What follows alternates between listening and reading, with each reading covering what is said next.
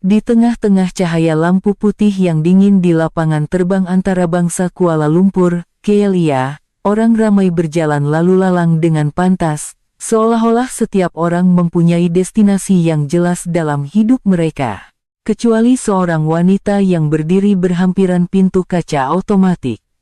Dia mendukung seorang anak kecil rapat ke dadanya, manakala sebelah tangannya menarik sebuah beg pakaian lama. Dua orang lagi anaknya berpaut erat pada bajunya, seolah-olah takut jika terlepas walau sesaat, mereka mungkin akan terpisah selamanya. Nama wanita itu Laila.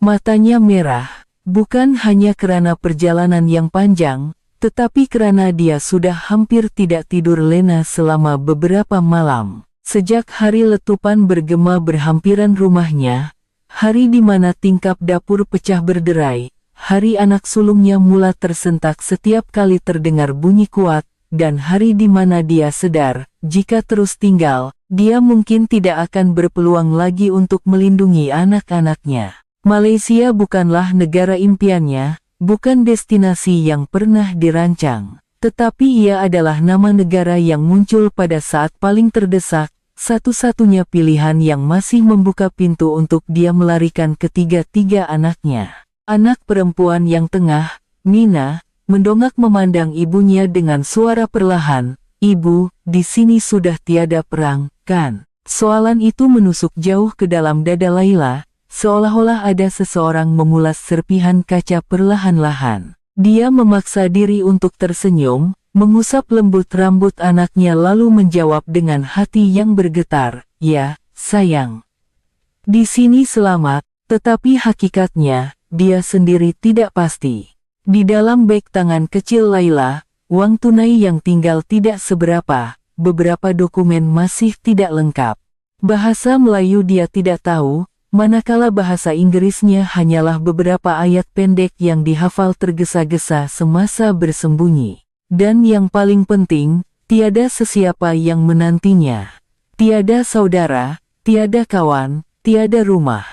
Hanya ada alamat sebuah hotel murah yang ditulis di atas sekeping kertas oleh kenalan seorang rakan di kamp pelarian sementara, beserta pesanan, "Sampai sana dulu, nanti baru fikirkan cara." Ungkapan "nanti baru fikirkan cara" kedengaran begitu mudah apabila diucapkan oleh seseorang yang tidak sedang mendukung seorang anak yang mengantuk dan memimpin dua lagi anak yang masih belum faham mengapa hidup mereka perlu sentiasa melarikan diri. Apabila pintu kaca terbuka, udara Kuala Lumpur yang lembab dan hangat menyapa wajahnya.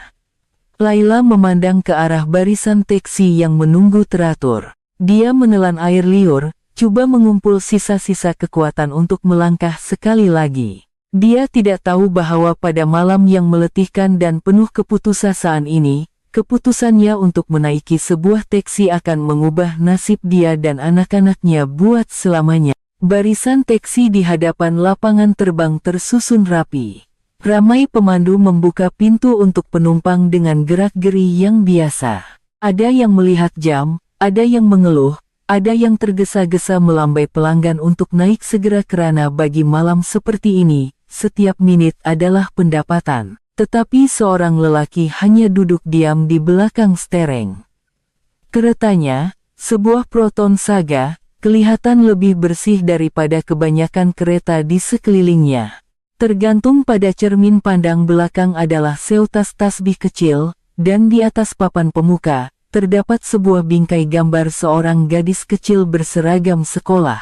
Namanya Ismail, berumur 52 tahun, seorang pemandu teksi yang telah bertemu dengan ribuan penumpang. Dia pernah membawa pelancong yang ketawa riang, pekerja yang keletihan, orang mabuk, orang menangis, pasangan yang bergaduh, dan orang yang begitu senyap seolah-olah hanya separuh bernafas. Tetapi apabila dia melihat Laila melangkah bersama 3 orang anaknya, dia serta-merta tahu bahwa keluarga ini tidak seperti penumpang biasa.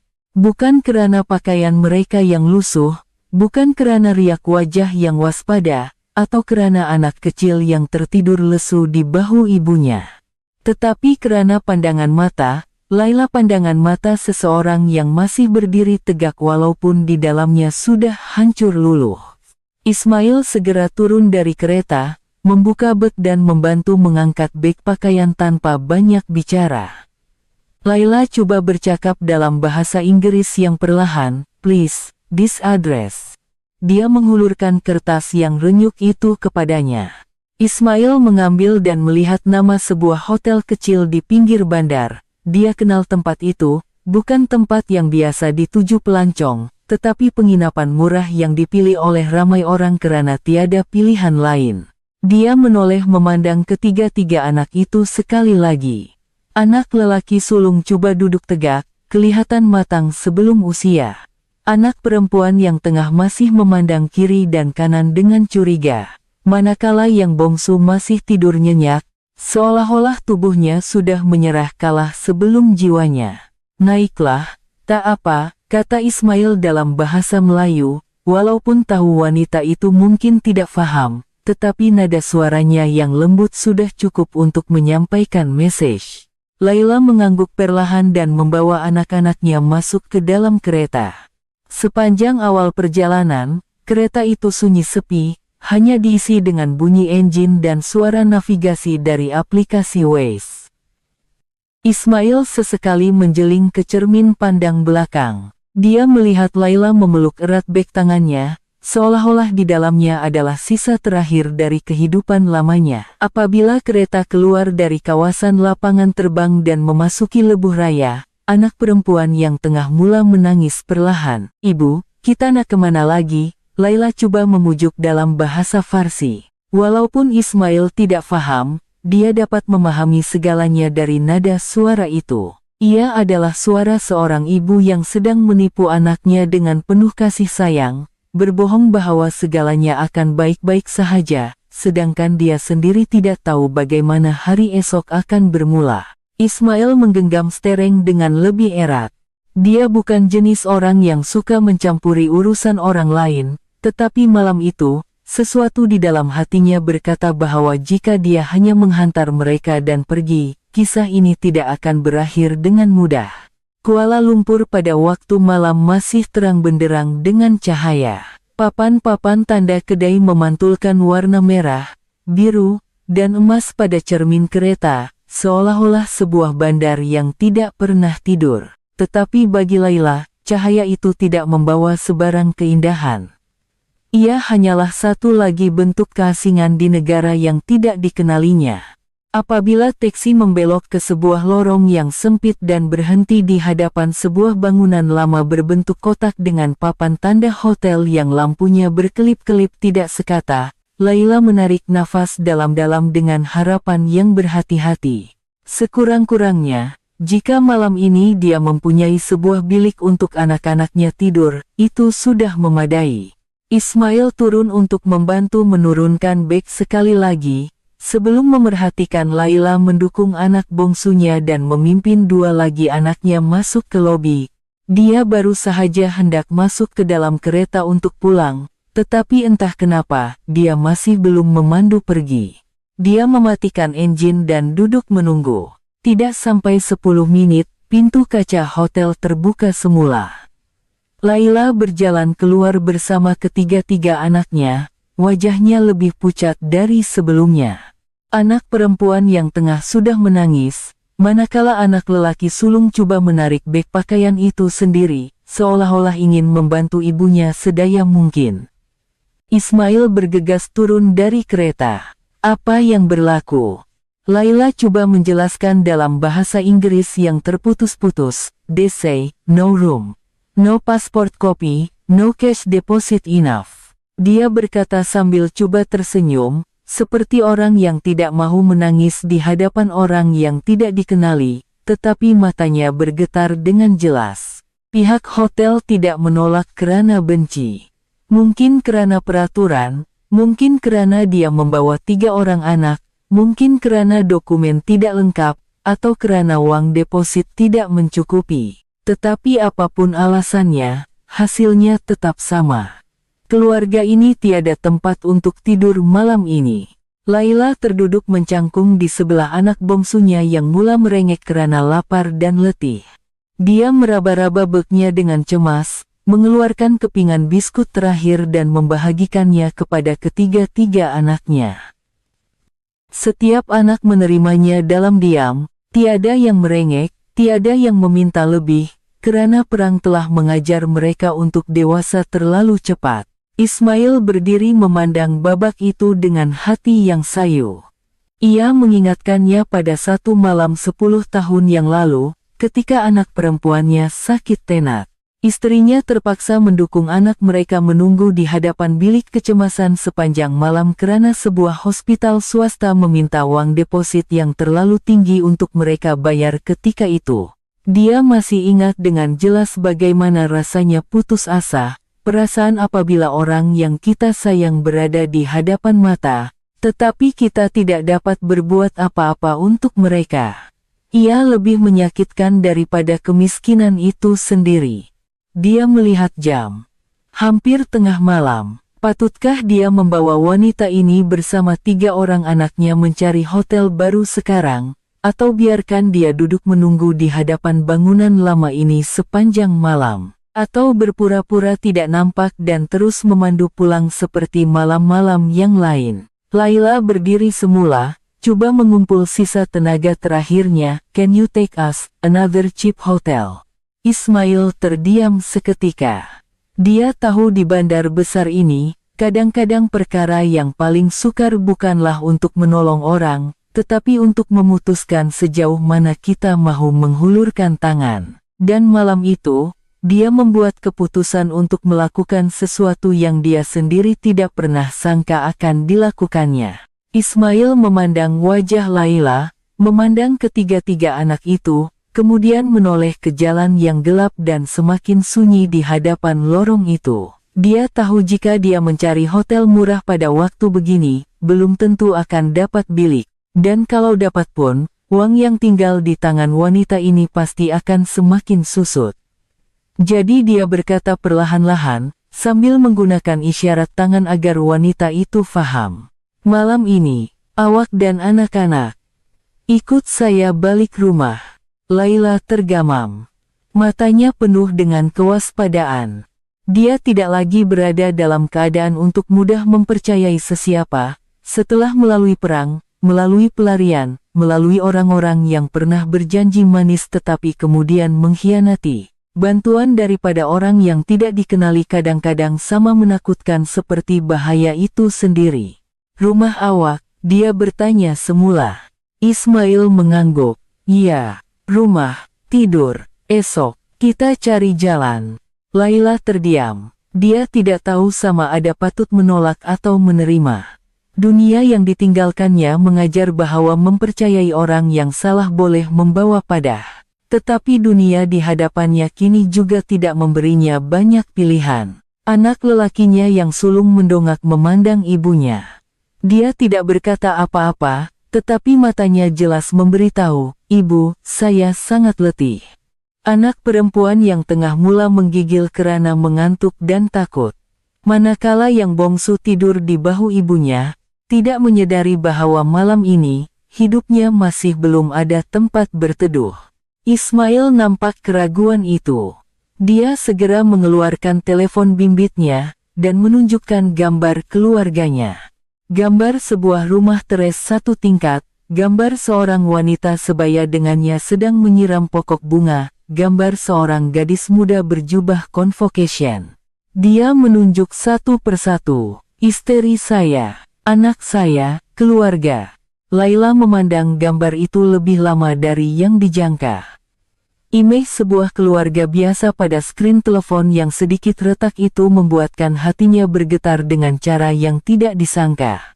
Karena ia kelihatan benar, ia tidak kelihatan seperti rancangan untuk menipu. Ia kelihatan seperti kehidupan biasa yang pernah dimilikinya sebelum perang meragut segalanya. Dia menunduk memandang ketiga-tiga anaknya, sebelum memejamkan mata seketika dan mengangguk perlahan. Malam ini saja. Ismail tersenyum nipis, hanya malam ini. Tetapi hakikatnya, Tiada siapa yang tahu bahwa hanya malam ini akan menjadi permulaan kepada sebuah kisah yang jauh lebih besar. Dalam perjalanan ke rumah Ismail, kereta melalui jambatan, melalui kedai serbaneka yang masih terang, melalui orang ramai yang masih menjalani kehidupan normal. Laila duduk diam, tetapi ia adalah kesunyian yang sedikit berbeza dari sebelumnya. Masih ada banyak ketakutan, tetapi terselit sedikit harapan yang samar-samar. Apabila kereta membelok masuk ke sebuah taman perumahan kecil, di mana rumah-rumah terletak berdekatan, kedengaran salakan anjing dari jauh, dan lampu anjung beberapa buah rumah masih menyala, Laila dapat merasakan kesederhanaan yang aneh di tempat itu. Ismail memarkir kereta di hadapan sebuah rumah teres kecil. Pintu terbuka dan seorang wanita pertengahan umur berjalan keluar dengan riak wajah hairan. Malam itu, bukan hanya Laila yang akan melangkah masuk ke rumah orang yang tidak dikenali, tetapi sebuah keluarga biasa di Malaysia yang akan membuka pintu mereka untuk menerima kisah seorang pelarian perang ke dalam hidup mereka tanpa menyadarinya. Wanita yang berdiri di muka pintu itu ialah Aisyah, istri Ismail. Dia memakai baju kelawar biasa dan bertudung sarung, dengan sehelai kain lap tersangkut di bahunya, seolah-olah baru selesai mencuci pinggan. Wajahnya pada mulanya penuh dengan persoalan, terutama apabila melihat suaminya turun dari kereta bersama seorang wanita asing dan 3 orang anak dalam keadaan yang selekeh. "Siapa tuh, Bang?" dia bertanya perlahan. Ismail berjalan menghampirinya dan menjelaskan secara ringkas apa yang telah berlaku di lapangan terbang dan hotel. Sementara itu, Laila berdiri memeluk anak-anaknya di hadapan rumah dengan penuh rasa segan, seolah-olah bersedia untuk berundur pada bila-bila masa jika tuan rumah tidak sudi. Aisyah mendengar dalam diam, kemudian mengangkat muka memandang keluarga di hadapannya. Pandangannya terhenti pada anak perempuan yang tengah, yang sedang memeluk erat sebuah anak patung kain yang lusuh. Patung itu kotor dan lama, tetapi jelas ia adalah salah satu daripada beberapa barang yang sempat dibawa oleh anak itu dari rumahnya. Melihat itu, Aisyah mengeluh perlahan sebelum berkata hanya satu ayat. "Masuklah dulu. Kesian budak-budak tuh dah tak larat." Ayat itu membuatkan mata Laila serta-merta berkaca. Di dalam rumah kecil itu, hanya ada sebuah ruang tamu dengan kipas angin, sebuah meja kayu lama, rak dengan beberapa hiasan, dan bau nasi panas yang masih melekat di udara. Ia tidak mewah, tidak luas, tidak sempurna, tetapi ia sungguh mesra. Terutama bagi seseorang yang baru sahaja hidup di tengah-tengah bunyi letupan dan pos pemeriksaan. Aisyah segera menghampar tikar, meletakkan bantal dan selimut, memasang kipas, dan memanaskan semula bubur nasi yang masih ada di dalam periuk. Dia memberi isyarat kepada Laila untuk duduk, kemudian mencedok bubur ke dalam mangkuk kecil untuk setiap anak. Anak lelaki sulung coba mengucapkan thank you. Anak perempuan yang tengah makan sambil air matanya mengalir. Manakala yang bongsu, yang baru terjaga, makan dengan lahap sehingga Aisyah terpaksa mengusap belakangnya perlahan-lahan. Laila memandang babak itu dengan hati yang terasa hancur. Sejak meninggalkan rumah, dia berhati-hati dengan setiap perkataan, setiap pandangan, setiap orang yang mendekatinya, karena dia tidak boleh melakukan kesilapan. Tetapi malam ini, seorang wanita yang tidak dikenali sedang meniup bubur untuk anaknya seolah-olah mereka adalah cucunya sendiri. Laila mengangkat tangan menyentuh dadanya sebelum berkata perlahan, "Thank you. Thank you." Anak-anaknya tertidur di atas tikar yang sama, keletihan. Laila masih duduk tegak, tidak berani membiarkan dirinya berehat sepenuhnya, seolah-olah tubuhnya sudah lupa bagaimana rasanya selamat. Ismail duduk bertentangan dengannya, menghulurkan segelas air dan berkata perlahan, "Jangan takut. Di sini, tiada siapa akan cederakan awak." Ayat yang biasa itu membuatkan Laila menangis dalam diam buat pertama kalinya malam itu. Mungkin orang yang telah melalui ketakutan yang paling teruk tidak memerlukan kata-kata pujukan yang hebat. Mereka hanya memerlukan sebuah ruang kecil di mana ada seseorang berkata kepada mereka, "Malam ini, awak selamat." Hampir pukul 1 pagi. Seluruh rumah senyap, hanya tinggal bunyi kipas lama yang berkeriut dan dengkuran nafas anak-anak yang tidur nyenyak buat pertama kali dalam beberapa hari. Aisyah sudah masuk ke bilik, manakala Ismail masih duduk di meja kayu bersama Laila. Dia tidak mendesak untuk bertanya apa-apa, hanya duduk diam seperti seseorang yang bersedia mendengar jika pihak yang satu lagi ingin bercerita. Kadang-kadang, orang yang sedang hancur tidak memerlukan nasihat terlebih dahulu, mereka memerlukan seseorang yang tidak tergesa-gesa untuk menghakimi. Laila memegang gelas air itu lama sebelum mula bercerita dalam bahasa Inggris yang ringkas dan perlahan. Perbendaharaan katanya tidak banyak, tetapi kesakitan dalam suaranya terlalu jelas. Dia menceritakan bagaimana sebelum perang merebak, dia mempunyai sebuah kedai jahit kecil. Suaminya seorang guru sains. Anak-anaknya pergi ke sekolah. Mereka mempunyai sebuah taman kecil di hadapan rumah dengan sebatang pokok delima yang ditanam oleh suaminya pada hari ulang tahun perkawinan mereka. Kemudian semuanya perlahan-lahan berubah. Bermula dengan kabar angin, bekalan elektrik yang sering terputus, bunyi tembakan yang kedengaran dari jauh, jiran-jiran yang mulai hilang, harga barang di pasar yang semakin mahal, sekolah yang ditutup. Sehingga satu malam, anak-anaknya terpaksa tidur di bawah meja karena bunyi letupan semakin dekat. Ismail mendengar tanpa menyampuk.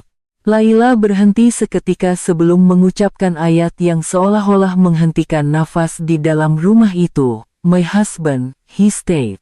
Dia tidak menyambung serta-merta, tetapi matanya menceritakan segek. Dia menghantar Laila dan anak-anak pergi dahulu, berjanji akan menyusul kemudian. Tetapi selepas itu, hubungan mereka terputus. Sudah beberapa minggu tiada kabar, hanya berita daripada seorang jiran yang mengatakan kawasan itu diserang dengan teruk. Laila tidak mengucapkan perkataan dia telah meninggal dunia, karena jauh di sudut hatinya, dia masih belum dapat menerima sepenuhnya.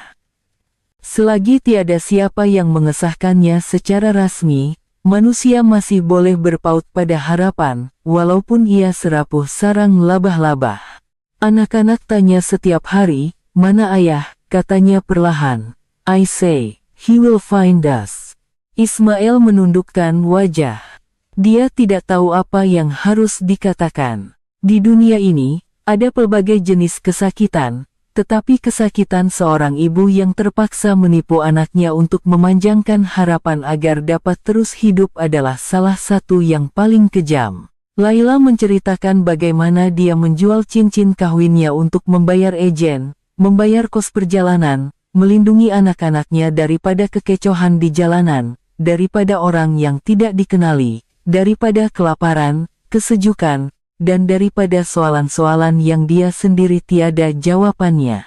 Setiap langkah pelarian itu bukan hanya untuk lari dari perang, tetapi untuk lari dari kemungkinan anak-anaknya akan kehilangan zaman kanak-kanak mereka dengan lebih teruk lagi. Apabila dia selesai bercerita, seluruh rumah senyap sekali lagi.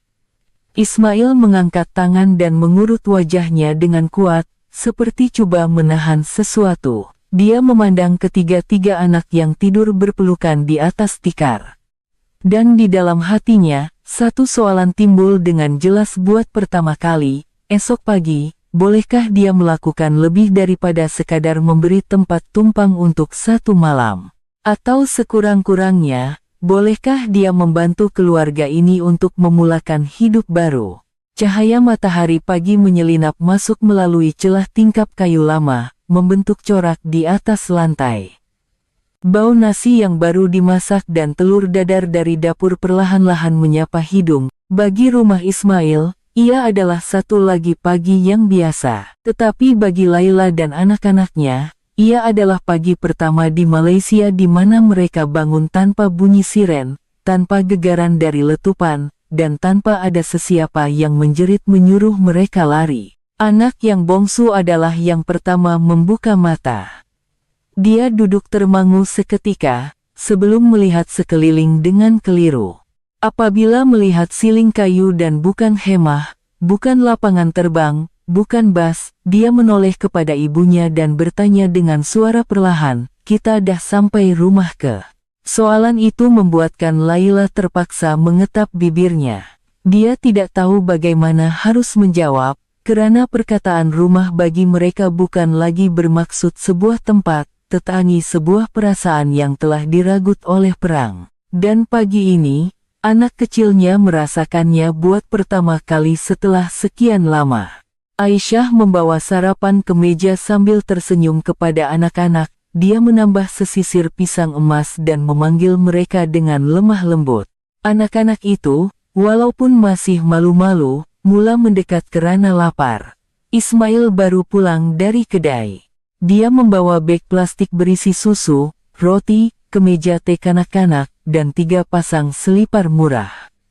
"Tak tahu saiz betul ketak, tapi beli je dulu," katanya kepada Aisyah.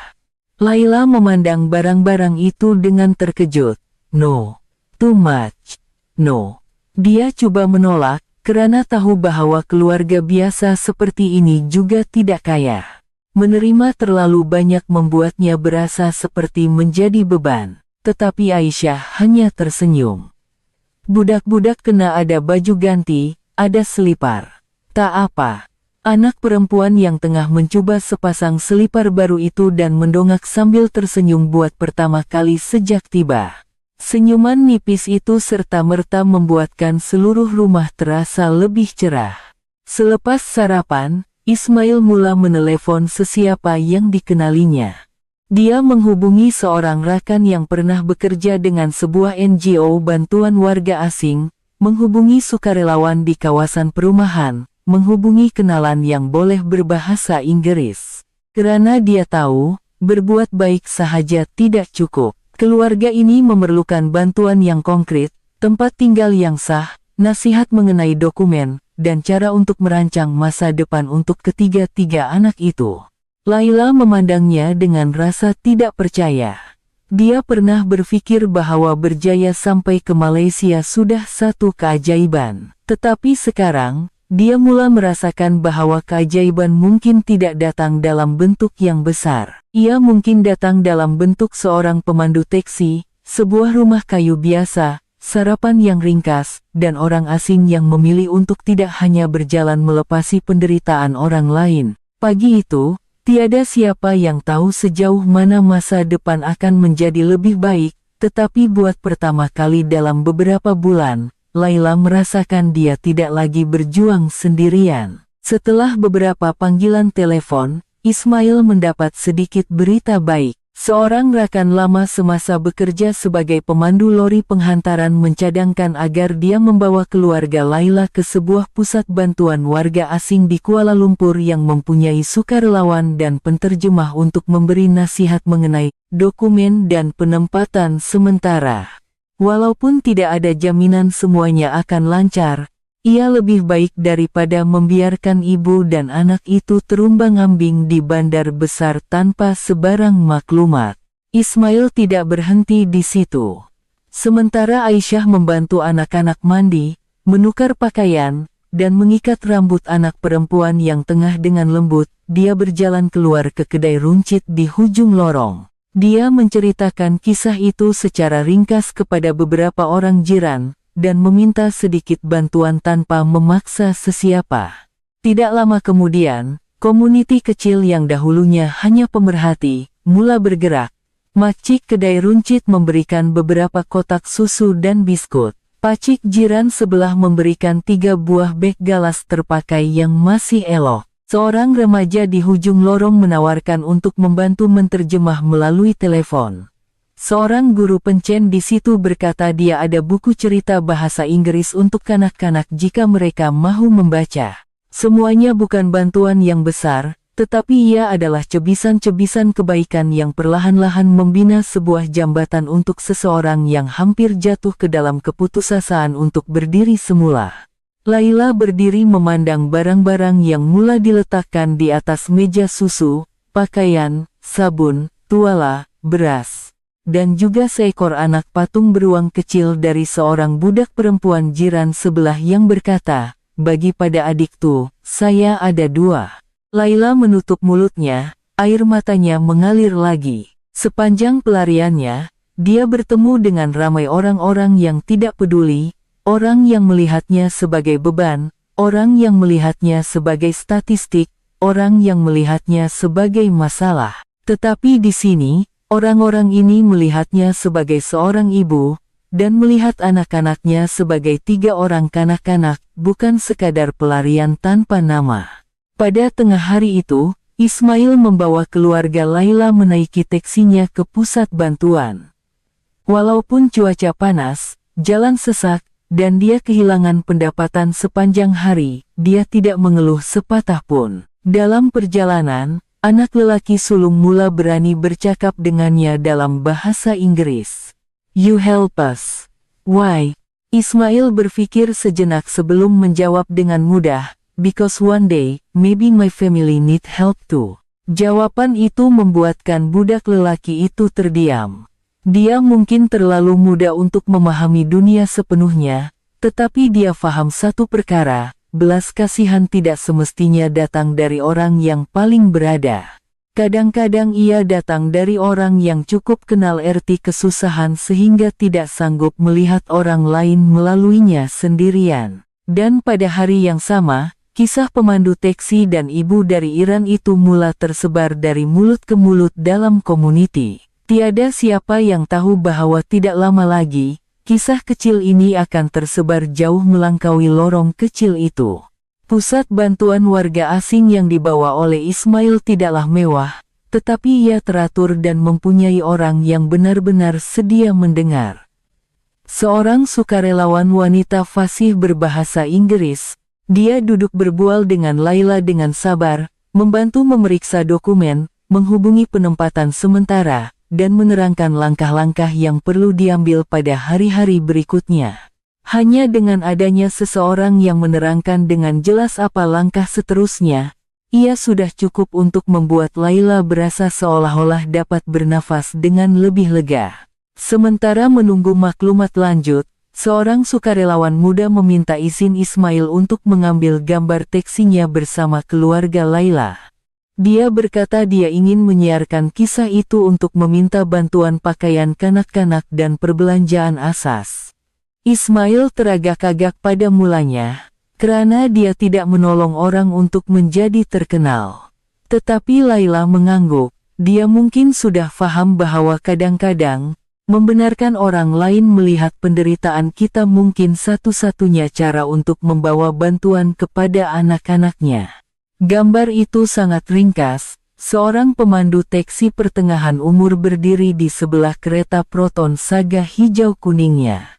Seorang wanita Iran berdiri mendukung anak bongsunya, manakala 2 lagi anaknya berdiri berpelukan erat. Tiada gaya yang diatur, tiada kata-kata indah, hanya kebenaran yang jujur dan menyentuh hati. Kapsien di bawah gambar itu hanya menulis, seorang ibu melarikan diri dari perang tiba di Malaysia bersama 3 orang anaknya. Tiada tempat tinggal, tiada kenalan, tetapi malam tadi, seorang pemandu taksi membawa mereka pulang ke rumahnya. Dalam beberapa jam, hantaran itu dikongsi dengan pantas. Orang ramai mula meninggalkan komen.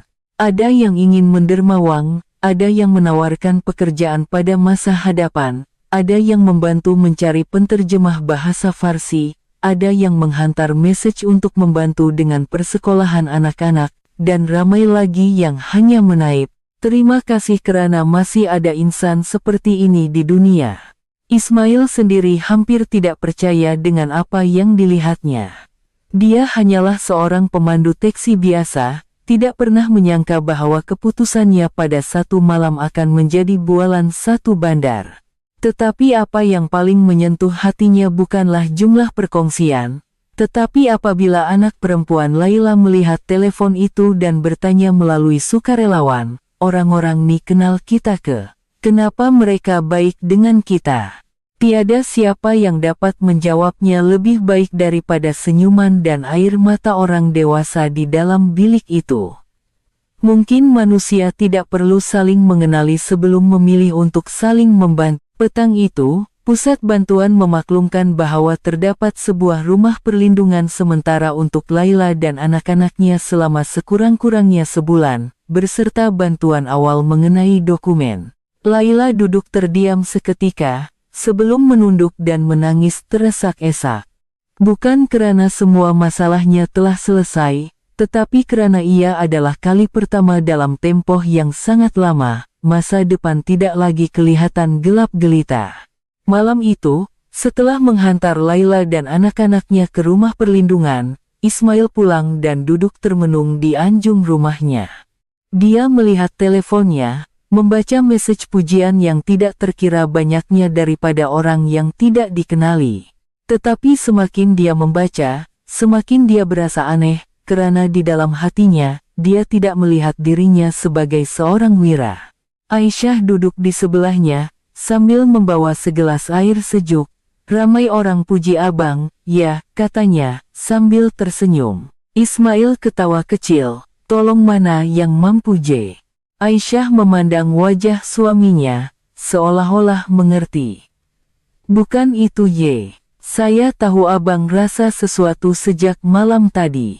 Ismail diam lama sebelum mengeluh. Dia jarang menceritakan kisah ini kepada sesiapa, walaupun kepada orang terdekat, karena ia adalah luka yang tidak pernah sembuh sepenuhnya di hatinya.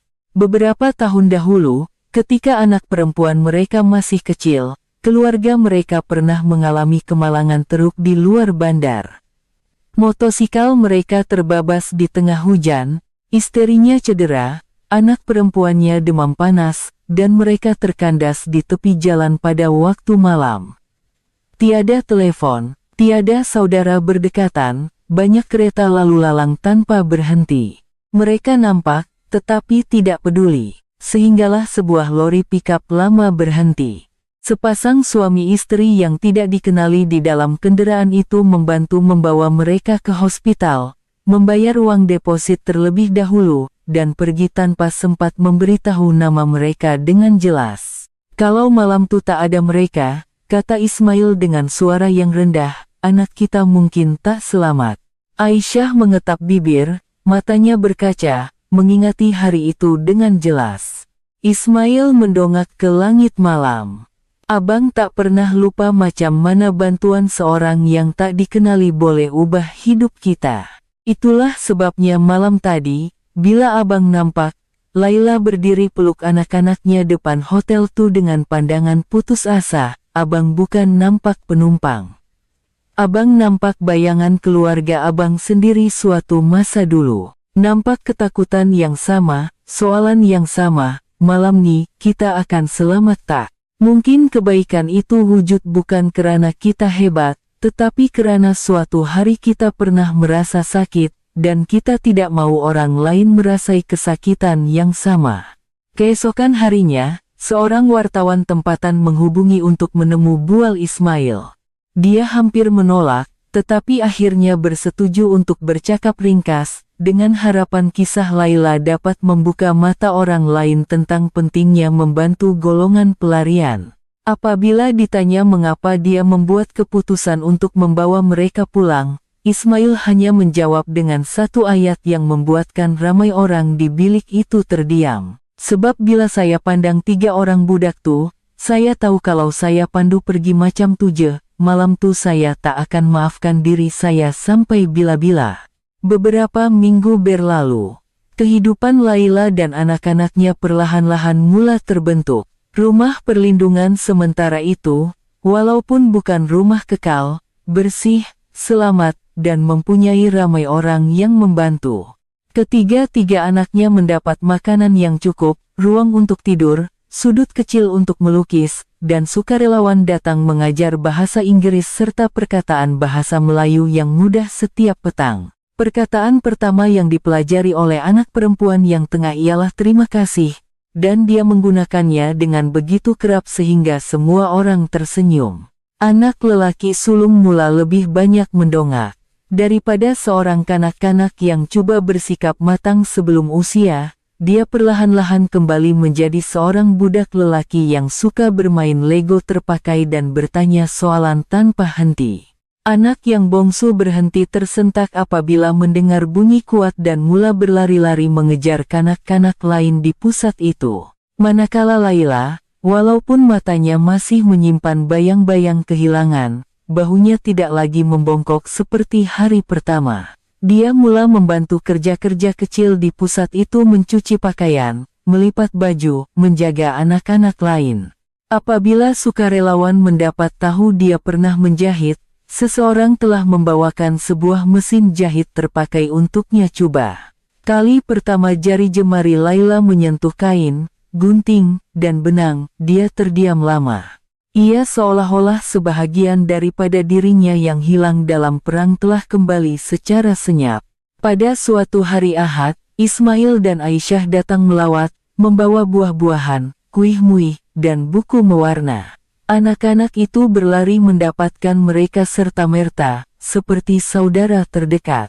Anak yang bongsu melompat memeluk kaki Ismail, manakala anak perempuan yang tengah menunjukkan lukisan sebuah rumah dengan 5 orang berdiri di hadapan pintu. Dalam lukisan itu, ada ibunya, 3 beradik, dan seorang lelaki memakai baju kuning di sebelahnya. "Ini siapa?" tanya seorang sukarelawan sambil tersenyum. Gadis kecil itu menjawab dalam bahasa Inggris dengan pelat yang komel, "Taksi Uncle." Semua orang ketawa kecil, tetapi Ismail terpaksa memalingkan mukanya karena air matanya hampir menitis. Tiada ucapan terima kasih yang lebih besar daripada melihat seorang kanak-kanak yang dahulunya ketakutan sehingga tidak berani tersenyum, kini melukis sebuah rumah dan meletakkan kita di dalam kenangan selamatnya. Pada hari itu, Laila menghulurkan sebuah beg kain kecil kepada Aisyah dan Ismail. Di dalamnya ada sapu tangan yang disulam dengan corak bunga yang kemas. "I made this for your family," katanya. Aisyah menerimanya dengan air mata. Kadang-kadang, orang yang hampir tidak mempunyai apa-apa masih mahu membalas budi dengan perkara terbaik dari hati mereka. Dan itu menjadikan hadiah kecil itu lebih berharga daripada apa-apa barang mahal di dunia. Pada hari itu, semua orang tahu bahwa kehidupan mungkin masih belum mudah, dokumen mungkin masih perlu menunggu, masa depan mungkin masih tidak menentu. Tetapi perkara yang paling penting telah pun berlaku. Sebuah keluarga yang pernah tiba di Malaysia dengan ketakutan, kini mula bernafas dengan harapan sekali lagi. Beberapa bulan kemudian, keadaan Laila dan anak-anaknya semakin teratur. Dia mendapat bantuan perundangan, anak-anaknya mula memasuki sistem pembelajaran asas dalam komuniti, ada penderma yang membantu dengan kos sara hidup, dan hasil jahitan kecil Laila mula mendapat tempahan melalui rangkaian sukarelawan. Kehidupan masih tidak mudah, tetapi kini ia bergerak ke hadapan. Suatu hari, satu majelis kecil diadakan di pusat bantuan untuk mengucapkan terima kasih kepada sukarelawan dan dermawan dalam komuniti. Ismail dan Aisyah dijemput hadir. Apabila mereka melangkah masuk ke dalam bilik kecil yang dihiasi belon ringkas dan kertas bertulis harapan, ketiga-tiga anak Laila berlari memeluk mereka. Laila berdiri memegang sekeping kertas. Dia berkata dia ada sesuatu untuk diucapkan. Walaupun bahasa Inggrisnya masih belum sempurna, semua orang di dalam bilik itu mendengar dengan penuh perhatian. Dia menoleh ke arah Ismail sebelum berkata perlahan-lahan dengan suara yang bergetar.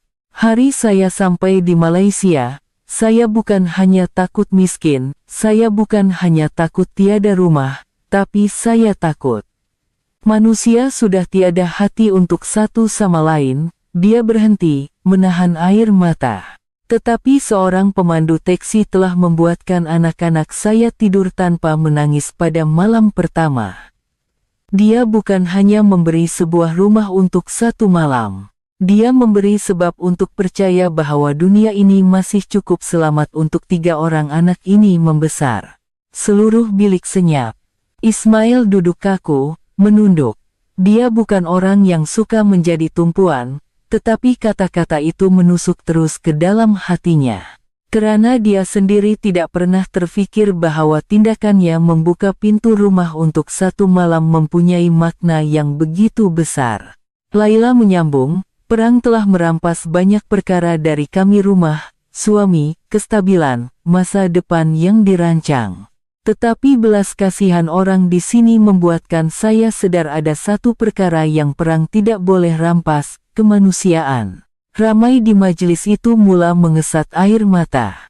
Anak perempuan yang tengah berjalan ke sebelah ibunya dan mengucapkan perkataan bahasa Melayu yang jelas, yang telah dilatihnya berhari-hari. Terima kasih, Pak Cik Teksi. Tepukan gemuruh bergema serentak. Tetapi di sebalik tepukan itu, ada sesuatu yang lebih kuat kedengaran. Ia adalah kesadaran bahwa kadang-kadang, dunia tidak berubah karena pemimpin yang hebat atau kata-kata yang indah. Dunia berubah karena seorang insan biasa memutuskan untuk tidak berpaling dari penderitaan insan lain. Dan itulah yang dilakukan oleh pemandu teksi itu. Dia bukan sekadar mengambil penumpang dari lapangan terbang. Dia bukan sekadar membawa sebuah keluarga pulang ke rumahnya. Dia bukan sekadar memberi bubur, tikar, dan tempat tidur, tetapi dia telah memberikan sesuatu yang jauh lebih berharga. Dia telah mengembalikan kepercayaan ke dalam hati seorang ibu, mengembalikan zaman kanak-kanak kepada 3 orang anak, dan memberi jawaban kepada dunia, walaupun perang boleh menghancurkan bangunan, ia tidak akan mampu menghancurkan belas kasihan di dalam diri manusia.